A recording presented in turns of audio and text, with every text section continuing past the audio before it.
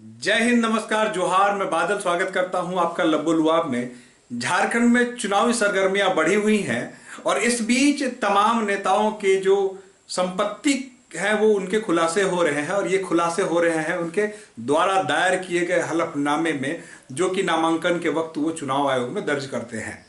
जी हाँ, झारखंड के प्रत्येक नेता को अपने संपत्ति आय का ब्यौरा देना होता है कि पिछले बार से अब तक कितनी बढ़ोतरी हुई और पहली बार अगर है तो अभी आपके पास कितनी संपत्ति, इसका ब्यौरा देना पड़ता है। कहीं भी से आप चुनाव लड़ लें, आपको इस संपत्ति का ब्यौरा अनिवार्य रूप से देना पड़ेगा। तो झारखंड में जो सोरेन परिवार है, जी हाँ, अभी वर्तमान में मुख्यमंत्री जो हेमंत सोरेन है, तो सोरेन परिवार के 3 लोग जो हैं अभी जेएमएम से चुनाव लड़ रहे हैं। हालांकि सोरेन परिवार के 4 लोग कुल मिला के चुनाव लड़ रहे हैं, जिसमें हेमंत सोरेन है, वसंत सोरेन है, कल्पना सोरेन है और एक सीता सोरेन है। सीता सोरेन, जैसा कि आपको मालूम है कि उन्होंने जेएमएम छोड़ दिया है। जेएमएम छोड़ के वो बीजेपी के टिकट से लड़ रही हैं। लेकिन फिलहाल 3 लोग जेएमएम से लड़ रहे हैं, तो तीनों की संपत्ति का ब्यौरा दिया गया है कि 3 लोग जो हैं, तीनों लोग चुनावी मैदान में जेएमएम के टिकट से हैं, जिसमें हेमंत सोरेन स्वयं मुख्यमंत्री हैं, वसंत सोरेन है और साथ में कल्पना सोरेन है, कल्पना मुर्मू सोरेन है। तो ये तीनों ने अपनी संपत्ति का ब्यौरा दिया। इस संपत्ति के ब्यौरा में बताया जाता है कि इनकी संपत्ति में कुल मिला के लगभग 36 करोड़ की बढ़ोतरी हुई है। जी हाँ, जैसा कि आप जानते हैं कि हर चुनावी वर्ष में हलफनामा दिया जाता है, तो जरा देख लीजिए ब्यौरा को आपके समक्ष है, जिसमें बताया गया है कि हेमंत सोरेन की संपत्ति 2019 में जहां 2.29 करोड़ रुपए थी, वहीं 2024 में उनकी संपत्ति 5.43 करोड़ हो गई है। बसंत सोरेन की संपत्ति 4.77 करोड़ थी 2019 में, जो कि अब बढ़ के 11.45 करोड़ रुपए हो गई है।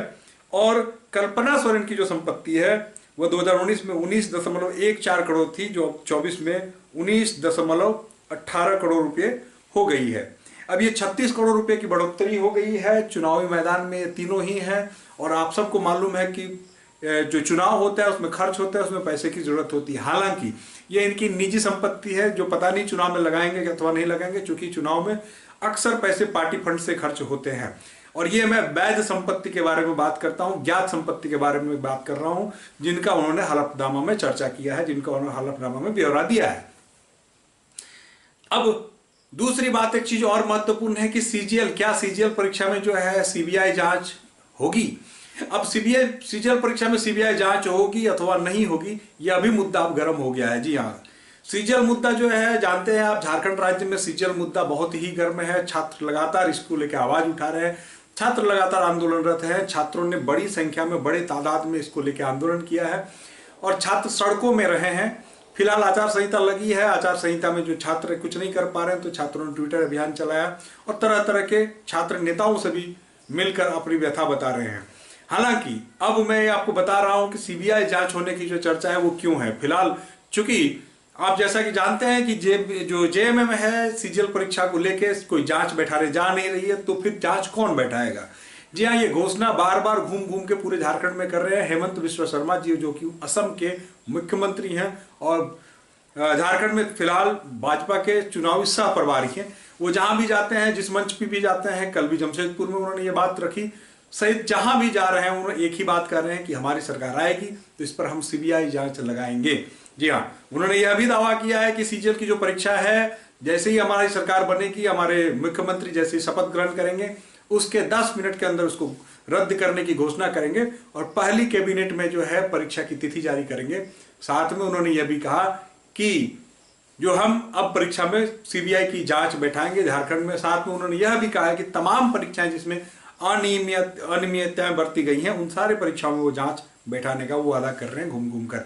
अब देखा जाए कि छात्र उनके वादा पर कितना सहमति जताते हैं, छात्रों को कितना भरोसा होता है, छात्र कितनी उम्मीद करते हैं कि ऐसा ही होगा। क्योंकि छात्र बहुत परेशान है और छात्र 1 वर्ष से परेशान नहीं है, सीजीएल परीक्षा को खास को लेते हुए छात्र 8 से 9 वर्षों से परेशान है। इसलिए अब छात्र जो है बिल्कुल ही उनकी परेशानी चरम सीमा पे है। 9-9 वर्षों से बैठ के कोई व्यक्ति किसी भी परीक्षा की तैयारी कब तक और कैसे कर सकता है, यह देखना हो तो आपको झारखंड आना पड़ेगा।